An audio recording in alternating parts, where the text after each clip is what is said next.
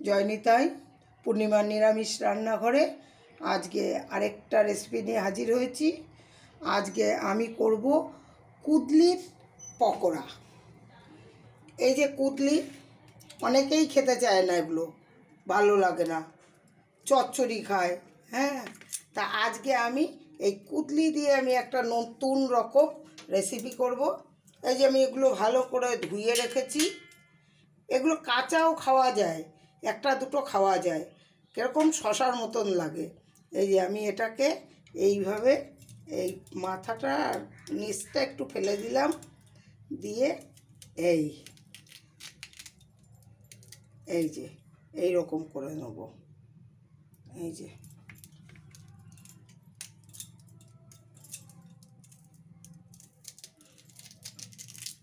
এই যে এইরকম করে পিস করে নেব।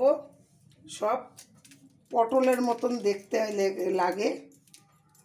এটা কচিটা ভালো লাগে বেশি, আর এটা একটু টক টক লাগে।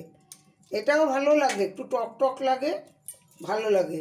এর জন্য আমি এই যে এখানে বেসন নিয়েছি, একটু হলুদ, পরিমাণ মতো নুন, একটু কালো জিরে, এই দিয়ে ব্যাটারটা করব। আর এতে আমি কাঁচা লঙ্কাটা ইউজ করব না। এর জন্য আমি এই যে শুকনো লঙ্কা ভেজে রেখেছি। এই যে যার যেমন ঝাল পছন্দ সে সেই রকম দেবেন। এই যে শুকনো লঙ্কাটা আমি এই গুঁড়ো করে, ঝালটা যার যার নিজের কাছে, আমি এটা এতে দিয়ে দেবো। এটা সুন্দর টেস্ট হয়।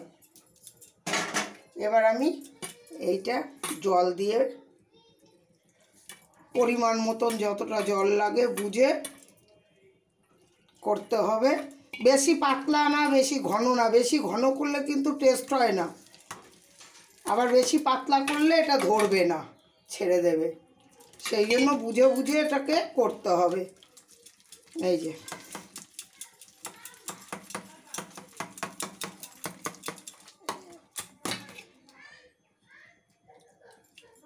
ব্যাস এইভাবে ব্যাটারটা করে নিতে হবে।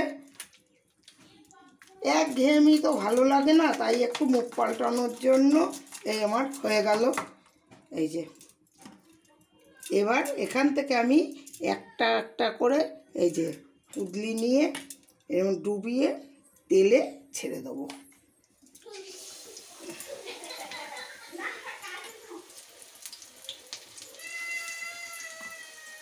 এটা একটু আগুন কম করে ভাজতে হবে, তাহলে ভালো হবে, ভেতরটা এটা সিদ্ধ হয়ে যাবে।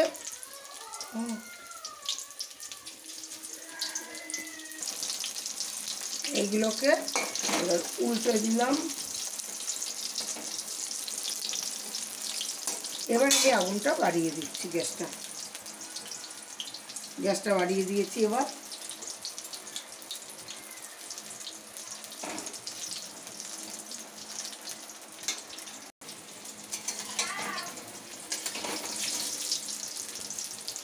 নামিয়ে দিচ্ছি। আমার এগুলো হয়ে গেছে, আমি এবার নামিয়ে দিচ্ছি।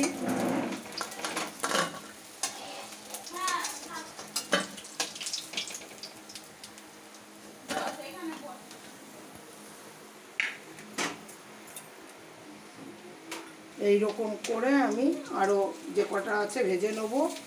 এই দেখুন, এইভাবে আজকে আমি জগন্নাথকে কুদলি দেবো। এরকম করে করলে সন্ধেবেলা এমনিও খাওয়া যায়,